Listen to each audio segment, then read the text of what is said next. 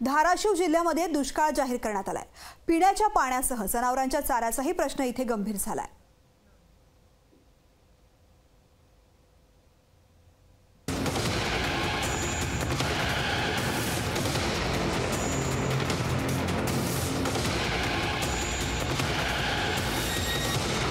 ही भेगाळलेली जमीन बघून तुम्हाला वाटत असेल ऐन उन्हाळ्यात अनेक दिवसांपासून पाणी न मिळाल्यानं झालेली ही जमिनीची दशा आहे। पण जरा थांबा, हा धरणाचा मध्यभाग आहे।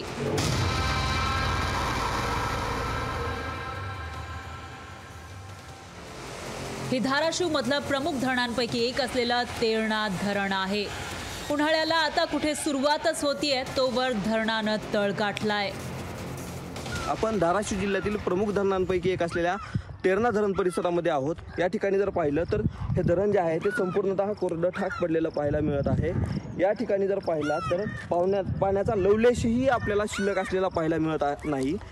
त्याचबरोबर जर पाहिलं तर येथील जे काही धरणातील हा जो काही खालचा भाग आहे, तळ जो आहे तो जर आपण पाहिला तर अक्षरशः या तळाला भेगा पडलेलं चित्र कुठेतरी पाहायला मिळतं। एकंदरीतच राज्य शासनानं या धाराशिव जिल्ह्यामध्ये दुष्काळ जाहीर करून अनेक महिने उलटून गेलेले आहेत, मात्र मदतीचा एक छदामही अजूनही जिल्ह्यातील शेतकरी असतील नागरिकांपर्यंत पोहोचलेला नाहीये।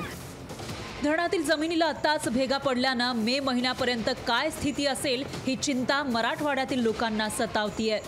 जलसंपदा विभागाच्या आकडेवारीनुसार बीडमधील मांजरा धरण अवघ्या 10.79% आहे। हिंगोली जिल्ह्यातील येदरी धरणामध्ये 41.10% पाणीसाठा आहे।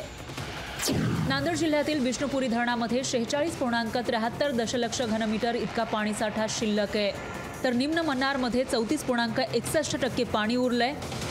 धाराशिवमधील तेरणा धरणात 6.18% इतकाच पाणीसाठा आहे। लातूरच्या भुसानी धरणात 55.70% पाणीसाठा राहिलाय। परभणी जिल्ह्यातील निम्न दुधना धरणात आता फक्त 11.37% पाणी शिल्लक राहिलंय। मराठवाड्यात आजच्या घडीला फक्त 23.36% पाणी शिल्लक आहे, तर औरंगाबाद विभागातील 44 धरणांमध्ये 26.49% पाणीसाठा शिल्लक राहिलाय। राज्यातील एकूण पाणीसाठ्याच्या तुलनेत मराठवाड्यात सर्वात कमी पाणी शिल्लक आहे, तर धाराशिवमधील बहुतांश धरणं शून्यावर पोहोचल्याचं जलसंपदा विभागाच्या आकडेवारीवरून स्पष्ट होतंय। फक्त मराठवाडाच नाही तर राज्यातील इतर विभागातील धरणांमध्येही पाणीसाठा कमी झालाय, तर अनेक गावांमध्ये टँकरनं पाणी पुरवलं जातंय।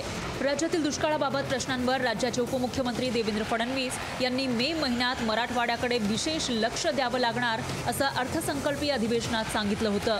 मार्चमध्येच धरणातील जमिनीला भेगा पडल्याचं चित्र दिसतंय, तर दुसरीकडे लोकसभा निवडणूक जसजशी जवळ येते तसतसं राजकीय वातावरण तापतंय।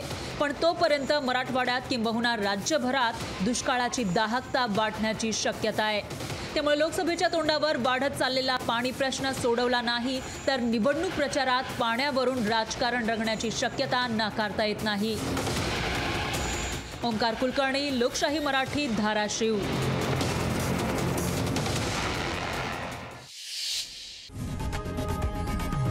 लोकशाही मराठी, ऐका, पहा, जागरूक रहा।